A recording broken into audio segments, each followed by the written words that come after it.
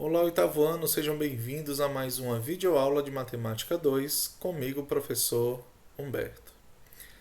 Na aula de hoje, nós vamos falar sobre polígonos inscritos e circunscritos na circunferência, tá? O que será essa história de polígono inscrito e circunscrito na circunferência, né? As palavras são até parecidas, mas o que diferencia uma situação da outra? Na verdade, esse é praticamente o nosso objetivo específico de hoje, tá? Um polígono inscrito na circunferência é aquele cujos vértices pertencem à circunferência. Observe aqui esse triângulo equilátero. Os três vértices do triângulo equilátero se encontram exatamente aqui na circunferência. Pertencem à circunferência porque a circunferência passa por eles, não é? E como a figura se encontra inteiramente na parte interna da circunferência, ou seja, num linguajar mais comum, se encontra dentro da circunferência, né? Então, esse polígono será chamado de polígono inscrito na circunferência, tá bom? Mas não esqueça que os vértices, todos os vértices, têm que pertencer à circunferência. Ou seja, a circunferência tem que passar por todos os vértices da figura para que ela seja considerada um polígono inscrito.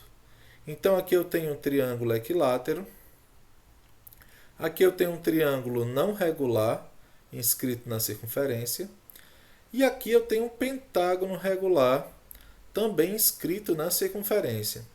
Observe que os 5 vértices do pentágono regular pertencem à circunferência, tá bom? Uma das propriedades dos polígonos regulares, o que são polígonos regulares? Lembrando aqui a vocês. Polígonos regulares são polígonos que possuem os lados de mesmo tamanho, tá bom? Consequentemente, esses polígonos também terão os ângulos internos com a mesma medida, tá? Lembrem que a soma dos ângulos internos de cada polígono é diferente. Mas nesse caso, quando eles são regulares, todos eles têm a mesma medida. Por exemplo, no triângulo equilátero, a soma dos ângulos internos de um triângulo qualquer é 180. No triângulo equilátero, como os três lados têm a mesma medida, então os três ângulos também têm a mesma medida. Se eu dividir 180 por 3, eu tenho que cada ângulo vale 60 graus. Tá? Continuando.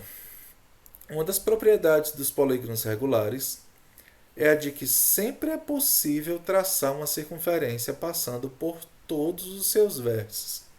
Olha que propriedade interessante. Se um polígono for regular, significa dizer que automaticamente ele pode ser inscrito em uma circunferência, independente de quantos lados ele tiver. Pode ter 20 lados, pode ser um icosságono, mas se ele for regular, ele pode ser inscrito na circunferência. Ou seja, todos os seus vértices pertencerão à circunferência. Tá ok? Então, assim, todo polígono regular pode ser inscrito em uma circunferência.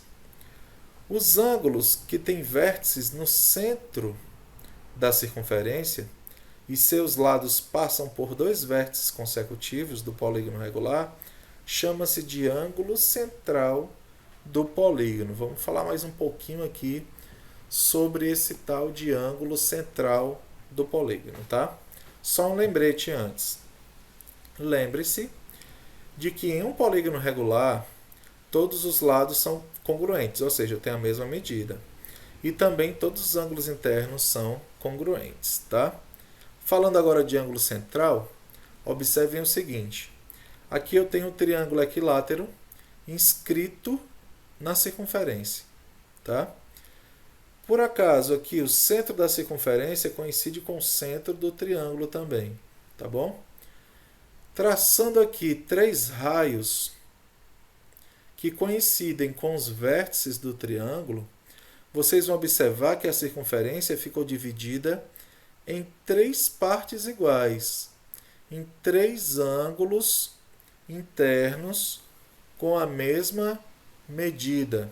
Esse ângulozinho aqui também é chamado de ângulo central, tá? Para determinar a medida do ângulo central de um polígono regular, nós dividimos 360 graus.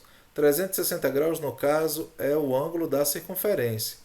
Uma volta completa na circunferência.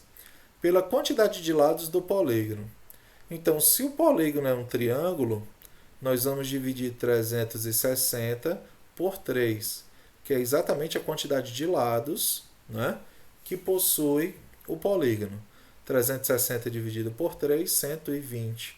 Significa dizer, então, que esse ângulo central aqui mede 120 graus. Tá? Um quadrado inscrito na circunferência. Se eu traçar 2 raios que coincidam com os vértices do quadrado, eu vou observar que tem 4 ângulos desse aqui ao redor do centro da circunferência, que são chamados de ângulo central. Né? Se são 4, então para determinar o valor de um deles, eu vou pegar 360, que é o ângulo completo da circunferência, e vou dividir por 4. 360 dividido por 4 dá 90. Significa dizer que esse ângulo central aqui é um ângulo de 90 graus. Né? Eu vou dar uma informaçãozinha a mais para vocês. Se esse ângulo é um ângulo de 90 graus, significa dizer que o triângulo OBC é um triângulo retângulo. Tá? Não é só um triângulo retângulo, mas é um triângulo retângulo isósceles. Por quê, professor?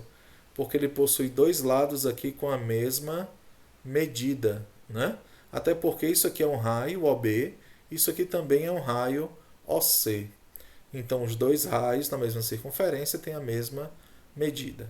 Tá bom? Portanto, a medida do ângulo central do quadrado inscrito na circunferência vale 90 graus. É um ângulo reto. Tá bom? No caso de um polígono regular que tenha uma n quantidade de lados, como você calcularia a medida do ângulo central? Pessoal, tirando uma ideia aqui dos 2 exemplos que nós vimos, né? Como o triângulo tem 3 lados, eu dividi 360 por 3. Como o quadrado tem 4 lados, eu vou dividir 360 por 4. Então, tirando disso aí uma ideia geral, sempre que eu quiser determinar o ângulo central de um polígono regular inscrito, basta dividir 360 por n. Tá bom? É uma fração, né? 360 dividido por n, onde n representa o número de lados que possui o polígono inscrito. Se o polígono tiver 20 lados, então divide 360 por 20, tá bom? E aí a gente determina o ângulo central, tá? Agora, vejamos alguns exemplos de polígonos circunscritos na circunferência. Qual será a diferença do inscrito por circunscrito? Que são aqueles cujos lados tangenciam a circunferência. Professor, o que significa tangenciar a circunferência? Significa passar por fora da circunferência, tocando em apenas um ponto dela. Isso significa tangenciar uma circunferência. Por exemplo, observe essa circunferência de centro O. O quadrado tangencia a circunferência em 4 pontos. Né? Exatamente a quantidade de lados que possui a figura. Esse lado do quadrado tangencia a circunferência aqui. Esse lado do quadrado tangencia a circunferência aqui. Esse outro aqui e esse outro aqui. Então, observe a diferença do polígono inscrito para o polígono circunscrito. A grosso modo, eu diria que o polígono circunscrito ele tem uma circunferência no seu interior, tá? Mas também lembrem que os lados desse polígono têm que tangenciar a circunferência, tá? Por exemplo, esse polígono aqui, que é um quadrilátero não regular, tá bom? Observem que o polígono está circunscrito porque todos os seus lados tangenciam, tocam a circunferência em apenas um ponto, cada lado, tá ok? Essa é a condição necessária e suficiente para se dizer que um polígono está circunscrito na circunferência, tá bom? E aqui eu tenho um hexágono regular circunscrito na circunferência, né? Observe que cada lado do hexágono toca na circunferência em apenas um ponto, tá? Outra propriedade dos polígonos regulares é que sempre é possível traçar uma circunferência que tangencia os seus lados. Olha que interessante, né? Nós dissemos aí no slide anterior que todo polígono regular pode ser inscrito na circunferência. E eu estou mostrando aqui para vocês que todo polígono regular também pode ser circunscrito. Ou seja, eu posso ter no interior desse polígono uma circunferência tangenciando os seus lados, tá certo? Assim, todo polígono regular pode ser circunscrito em uma circunferência. Olha que legal. Eu posso ter ao mesmo tempo um polígono inscrito e circunscrito na circunferência, tá certo? Bom, essa foi a nossa aula de hoje. Eu espero que vocês tenham aprendido aí a diferenciar o polígono inscrito do circunscrito, tá bom? Acompanhem a agenda de vocês. Na agenda de vocês tem atividade da nossa aula de hoje. Não esqueçam de me devolver essas atividades, porque elas fazem parte da média de atividade para vocês, tá bom? E no mais, eu deixo aqui para vocês um grande abraço e até a nossa próxima aula.